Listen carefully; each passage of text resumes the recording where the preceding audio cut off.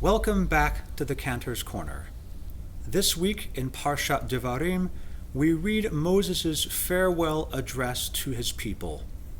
Moses knows that he cannot cross over the Jordan into the Promised Land, and therefore gives his people some words to live by as they go forth to found a new nation.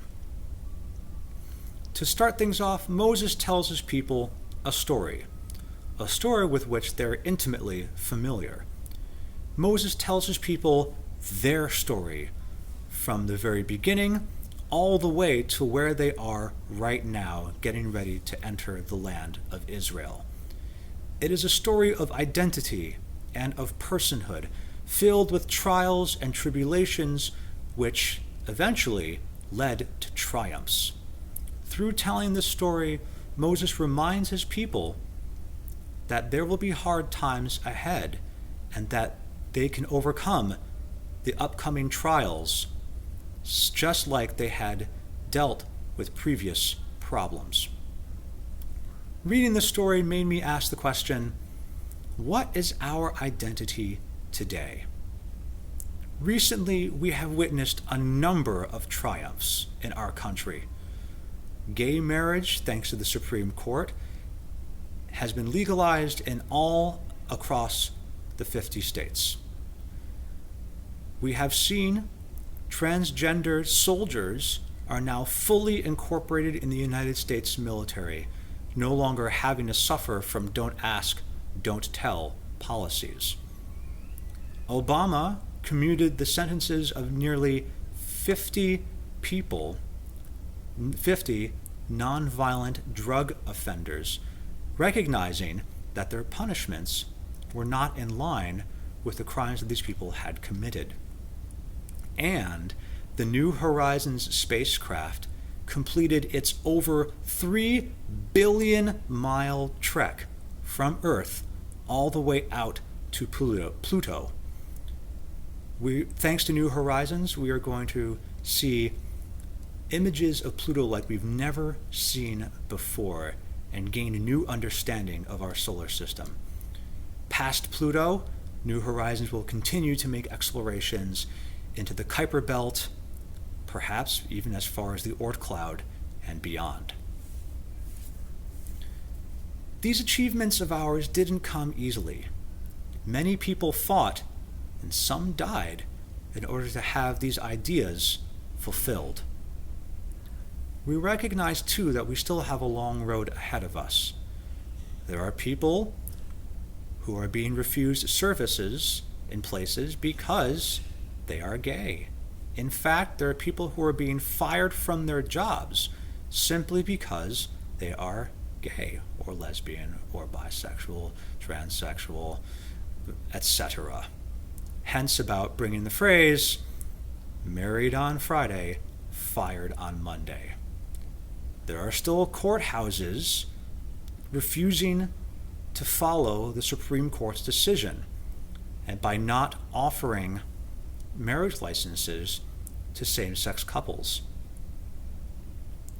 When Caitlyn Jenner was on the cover of Vanity Fair, people rejoiced to see a transgendered woman on the cover of a prominent magazine. However, when Caitlyn Jenner was still being referred to as Bruce, we recognized Bruce as a decathlon athlete, an accomplished one at that. So discussion revolving around Bruce was filled with Bruce's achievements, Bruce's abilities, and Bruce's ethics.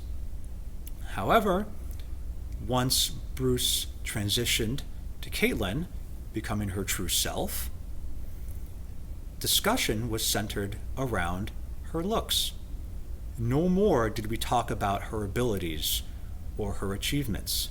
Instead, we looked at Caitlyn the way we look at most women, which is about their appearance and not about who they are. Do you remember Eric Garner, the person who was unfortunately killed on the New York streets because he was selling cigarettes?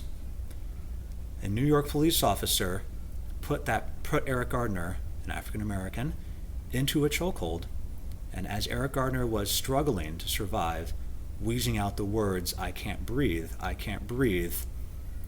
he died soon afterwards. A year later, still no justice has been served. With this in mind, what can we do? Tisha B'Av, the 9th of Av, is coming up soon. The 9th of Av is a very sad time in our history because it is the day that the first temple was destroyed. These Israelites no longer had the ability to commune with God through sacrifice. They were cut off from so much of how they lived. But there was a bright side to this one if we look deeper. I see the 9th of Av as the birth of Judaism, because once the temple was destroyed, we started perceiving ourselves in a new light. This was especially the case after the second temple was destroyed, and we had no way of communing through God through sacrifice. Once we abandoned that model of worship, we had to figure out something else, and that something else became the foundations of Judaism. During this time, we can do the same. We can we can usher in new change by first turning inwards and figuring out what we can do with ourselves. By improving ourselves, we can make great changes to our society as a whole. So I encourage you during the 9th of Av, Tisha B'Av, and in the months to come, leading up to the High Holy Days, I encourage you to look inwards, reflect on yourself, ask those tough questions, so that in the times to come, we can make a big difference in our world together.